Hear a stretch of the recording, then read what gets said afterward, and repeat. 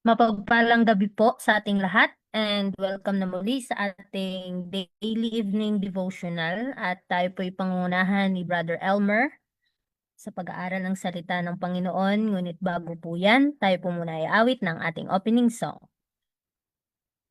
At susundan po yan ng opening prayer ni Sister Kai.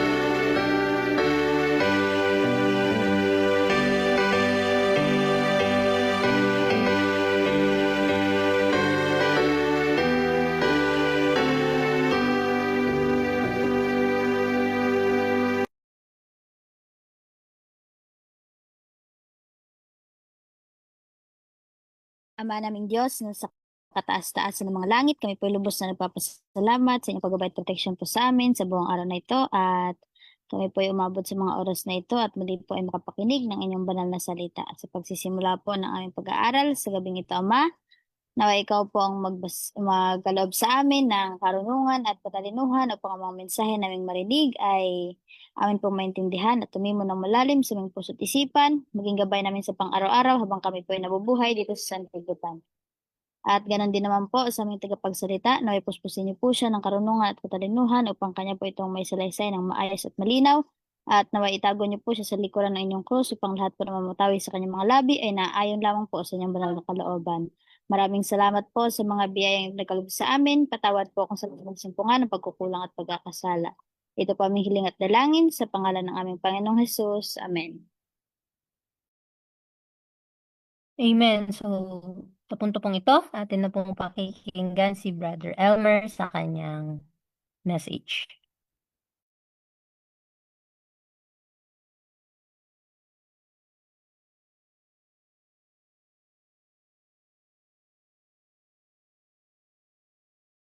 Po dito sa ating title sa ating devotional, a spiritual kingdom. Mabasa po natin dito sa John chapter 18 verse 36. Jesus answered, "My kingdom is not of this world. The kingdom of God comes not with outward show. the gospel of the grace of God with its spirit of self-abnegation can never be in harmony with the spirit of the world. The two principles are antagonistic.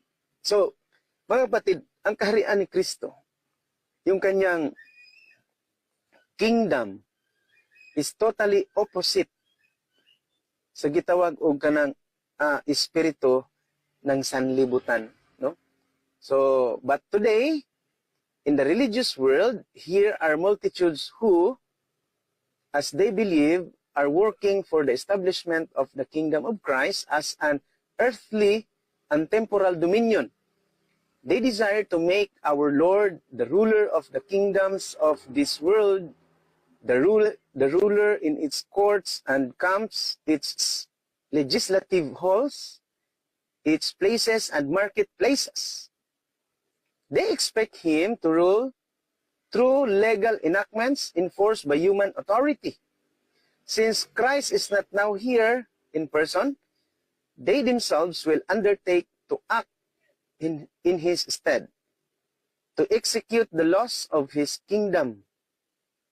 The establishment of such a kingdom is what the Jews desire in the days of Christ.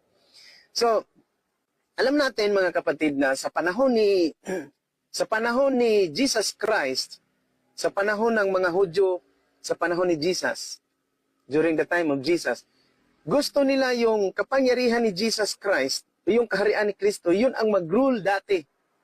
No, siguro kung tayo din ang nasa kalagayan ng mga Hudyo dati, hindi rin natin ma-blame sila.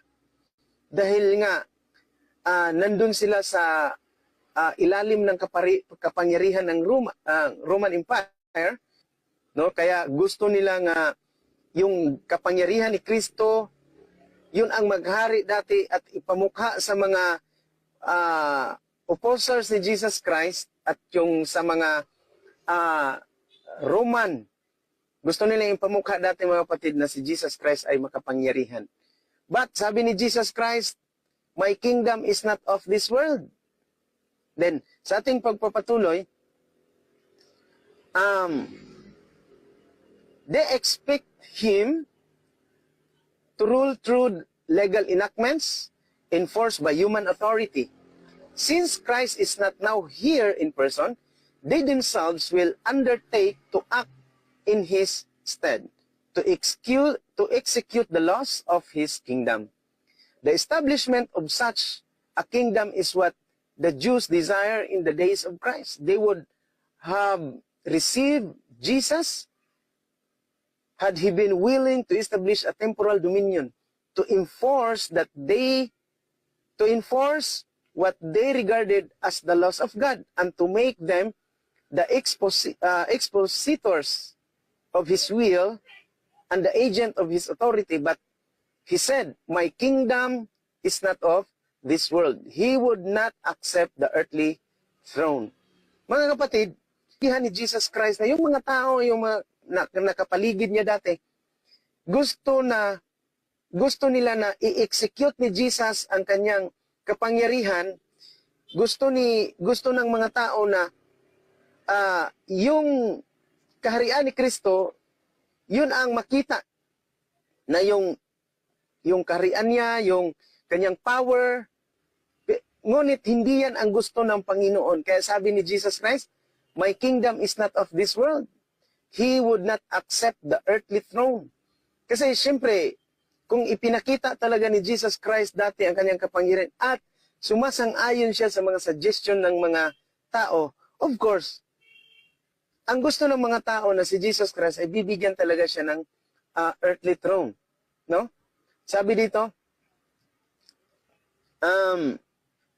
not by the decision of courts or councils or legislative assemblies, not by the patronage of worldly great men, is the kingdom of Christ established, but by the implanting of Christ's natures in humanity through the work of the Holy Spirit. So, ang mga disipulo dati mga kapatid, nagkaroon talaga sila ng, before actually, before dumating ang great disappointment during the time of 1844, meron nang naunang great disappointment sa panahon ng mga disipulo ni Kristo during the time of Christ. Na-disappoint sila, mga kapatid, nagkaroon na sila disappointment sapagkat ang kanilang inaasahan, mga kapatid, na darating na Mesiyas na siyang magpapalaya sa kanila mula sa bondage of Satan or bondage sa tinatawag na kapangyarihan ng Roma, mga kapatid, yung kanilang ini-expect ay taliwas talaga doon sa kanilang inaasahan. Bakit? Sapagkat ang kaharian ni Kristo ay hindi nagmumula sa kaharian ito. Grabe ang Roman Empire during the time, according sa history. So gusto nila na si Jesus Christ ipakita na ang kanyang kapangyarihan o ang kanyang kaharian ay nagmumula pa doon sa kaharian ni David. Kasi si King David, yun ang pinaka makapangyarihan dati at gusto nila na yung kapangyarihan ni King David ay maduplicate sa kapangyarihan o sa kaharian ni Jesus Christ. Kaso lang, yung kanilang ini-expect, mga kapatid, ay hindi po yun ang nagiging resulta. Bakit? Sapagkat ang gusto ng Panginoong Diyos sa buhay natin, mga kapatid, yung kaharian ni Kristo nga ma-established ay yung character ni Jesus Christ, mga kapatid. Alam naman natin ang character ni Jesus Christ is very humble, no?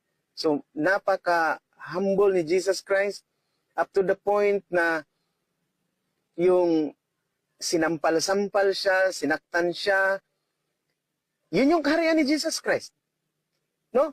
Imagine, mga kapatid, ang the most degrading point sa buhay ng mga Hudyo, mga kapatid, or sa tao, or even kita. Alam niyo yung duraan yung mukha mo? Yung duraan yung mukha mo, tapos pagkatapos maduraan yung mukha mo, sampalin ka, sasaktan ka, but Jesus did not retaliate. Hindi man lang talaga siya, mga kapatid, lumaban. Hindi man lang talaga siya nagbigay ng puwersa. And that very moment, mga kapatid, ang mga angel naghintay na lang ng command ni Jesus Christ na tanggalin siya sa cross, or yung mga nagbugbog sa kanya, yung mga nanakit sa kanya, naghintay na lang ang mga angel na ng command, no? Para si Jesus Christ ay palayain doon mula sa kapangyarihan, mga kapatid, ng Roma. No? Now, sa pagpapatuloy, mga kapatid, yung implanting of Christ's nature, kanang ilagay niya sa atin yung tinatawag na nature ni Kristo. Ano ba yung nature ni Kristo? Yung tinatawag na humility. Here is the only power that can work the uplifting of mankind, and the human agency for the accomplishment of this work is the teaching and practicing of the Word of God. So, ang ini-expect ng mga disipulo sa kanyang panahon ni Jesus Christ, mga kapatid, ay talaga namang nag-expect sila na darating ang Mesiyas, ang hari ng mga hari, na siyang magliligtas sa kanila, mga kapatid. But, pinaintindi ni Jesus Christ sa mga disipulo, ipinaintindi ni Jesus Christ sa mga kanyang mga alagad dati, even sa atin ngayon, na ang kaharian ni Jesus Christ, mga kapatid, ay hindi ganun. No?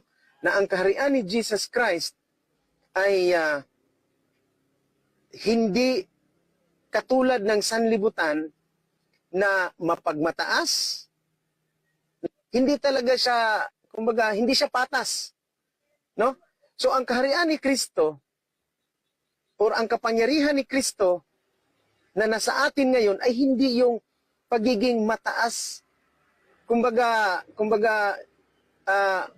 tinitingala, mga kapatid, ng society o ng mga tao. Hindi pala ganun, or hindi ganun ang kaharian ni Kristo, kundi ipinapakita ni Kristo sa kanyang mga lagad, even sa atin ngayon, mga kapatid, na ang kanyang kaharian ay ang pagiging mapagkumbaba na ang kaharian ni Kristo ay maghari sa puso natin o sa puso ko. Kasi pag ang karakter ni Kristo or ang kaharian ni Kristo ay hindi maghari sa puso ko, mga kapatid, ang maghahari ay walang iba kundi yung aking sariling kagalingan, sariling pag-iisip, sariling lakas na hindi nagmumula kay Kristo. Here is the only power that can work the uplifting of mankind. The human agency for the accomplishment of this work is the teaching and practicing of the Word of God. Yung i-practice natin ang Word of God. Kung ano yung sinabi ng Panginoon, yun din pala dapat ang ginagawa. What I mean is that, kung ano yung nabasa natin, kung ano yung ating napag-aralan, narinig mula sa salita ng Panginoong Diyos, supposed to be, yun pala dapat ang ginagawa natin. Alam nyo, lalo na sa atin ngayon mga kapatid na mga believers o mga reformers, na dapat pala kung ano yung sinasabi, lalo na sa Bible and Spirit of Prophecy, yun pala dapat ang ating ginagawa. Kung nagbabasa po kayo ng Counsels on Health, dyan po talaga nyo mababasa mga kapatid, kung ano ang last work natin as a people of God. Makikita natin kung ano ba talaga ang last work natin before the end. Ano yung, kumbaga, ano yung katapusang gawain ng bayan ng Diyos in these last days. Actually, mga kapatid, even sa Last Day Events, page 80, paragraph 3, sabi po doon, I wish to tell you that soon there will be no work done in ministerial lines but medical missionary. So mga kapatid, yung ating gawain in these last days, medical missionary in the sense na hindi lahat din, hindi rin naman lahat na puro na lang panggamot, kundi yung maraming nagkakasakit mga kapatid na tinatawag na spiritual maladies, spiritual sickness, na yun pala dapat ang tutulungan din pala natin mga kapatid. But kailangan natin uunahin talaga yung kanyang physical. No? Now, yun po ang kaharian ng Panginoon sa buhay natin na kung saan ibinigay na ng Panginoon through the Spirit of Prophecy ang mga dapat nating gagawin. Now, in the Christ day, the work of God's kingdom lies not with those who are clamoring for recognition and support by earthly rulers and human laws, but with those who are declaring to the people in His name those spiritual truths that will work in the receivers the experience of Paul. Sabi dito sa Galatians chapter 2 verse 20, I am crucified with Christ, nevertheless I live.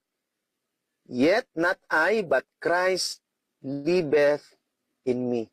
So, mga kapatid, itong kaharian ni Kristo na gusto ni Jesus Christ na ating ma-experience din, na makita natin, maintindihan natin, na mauwi tayo mga kapatid sa pagiging humble.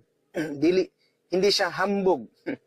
Ang itinuturo ni Kristo nung nandito pa siya sa sanlibutan mga kapatid na ang kanyang kaharian ay nasa mababa. Pagka tinuturuan niya ang tao mga kapatid kung paano mag-humble down sa harap ng Diyos, sapagkat ang tao mga kapatid nakita ni Jesus Christ dahil sa tinatawag na pride, dahil sa pagiging mapagmataas, ang mga tao mga kapatid nagkaroon ng tinatawag na Satan's like character. Ano ba yung character ni Satan? Gusto ni Satan na lagpasan pa niya ang kaharian ng Diyos. So yun yung mga, kumbaga, character na namana din ng mga tao na nagmumula sa character ni Satan mga kapatid, na yung kanyang tinatawag na gawain, gusto ni Satan na siya ang ma-uplift, siya ang tinitingala, na hindi siya kontento. Gusto niya mga kapatid na lagpasan pa ang kapangyarihan ng Panginoon Diyos. Gusto pa niya magtatag ng trono mataas pa sa lumalang sa kanya, mga kapatid. So, ipinipakita ni Jesus Christ na ang kanyang kaharian ay taliwas sa kaharian ni Satan, mga kapatid.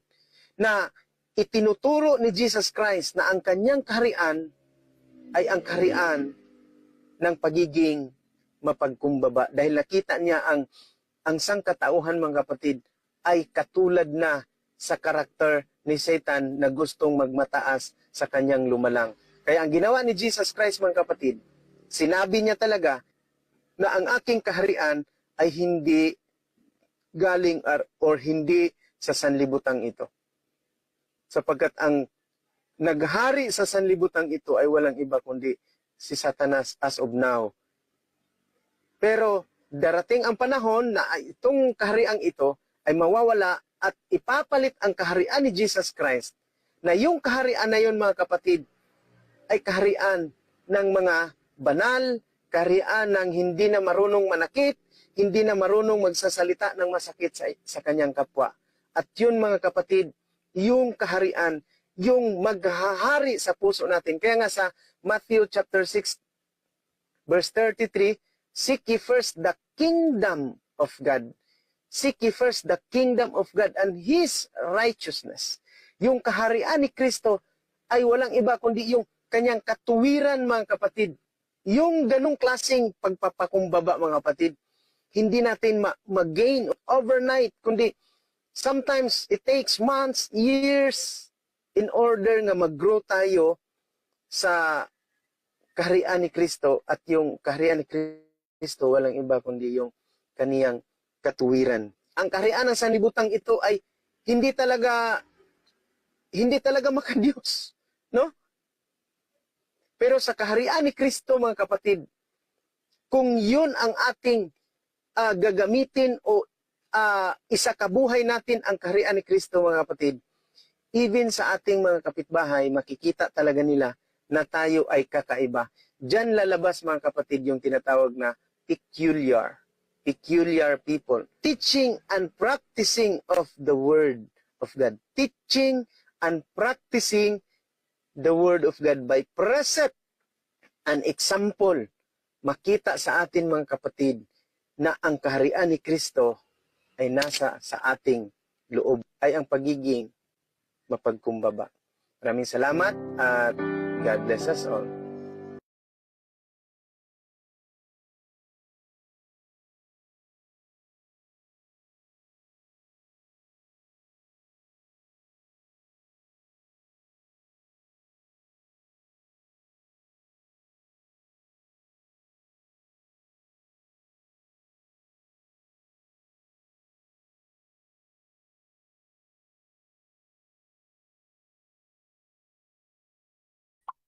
At ayan, so hindi na po natin patagalin. So napakaganda po nating napag-aralan na nagpapakita dito na yung spiritual kingdom na nais na itayo ng ating Panginoon ay mismo ngayon pa lang habang tayo nabubuhay sa mundo ay maitayo ito sa ating mga puso. At ito yung ninanais sa atin na maipakita natin ito sa araw-araw nating buhay, na habang tayo ay naglalakbay ay maitayo na yung kaharian ng Panginoon sa ating buhay dahil tayo ay templo ng Panginoon.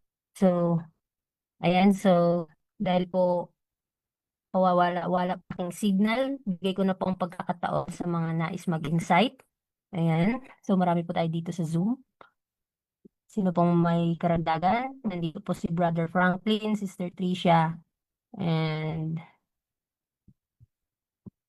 Sister Kai. Ayan. So, sino po ang may karagdagan?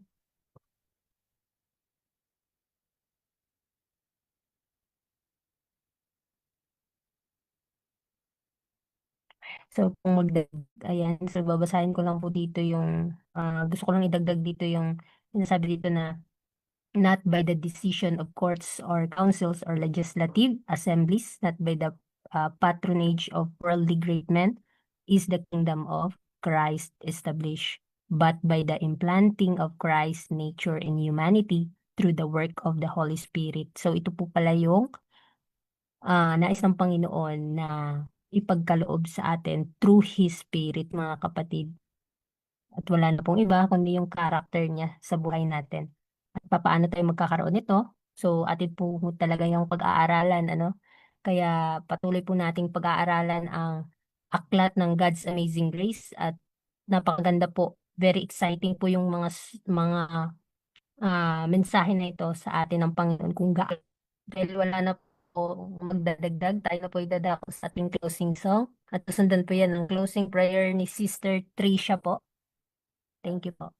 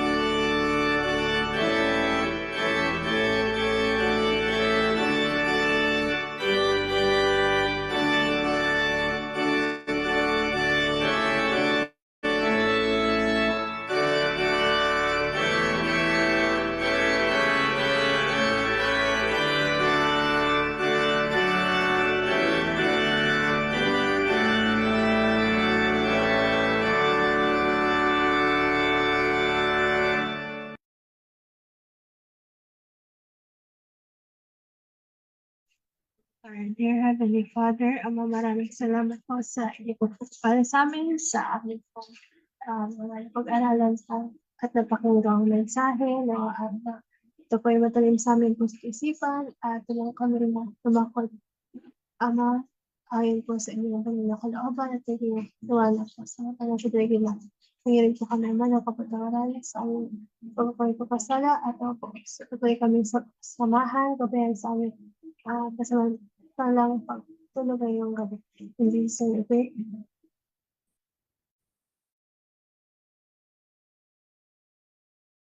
Amen. So, thank you so much po sa mga nagsama sa amin dito sa Zoom at magkita-kita po muli tayo bukas ng umaga sa ating morning devotional. And again, God bless po sa ating lahat.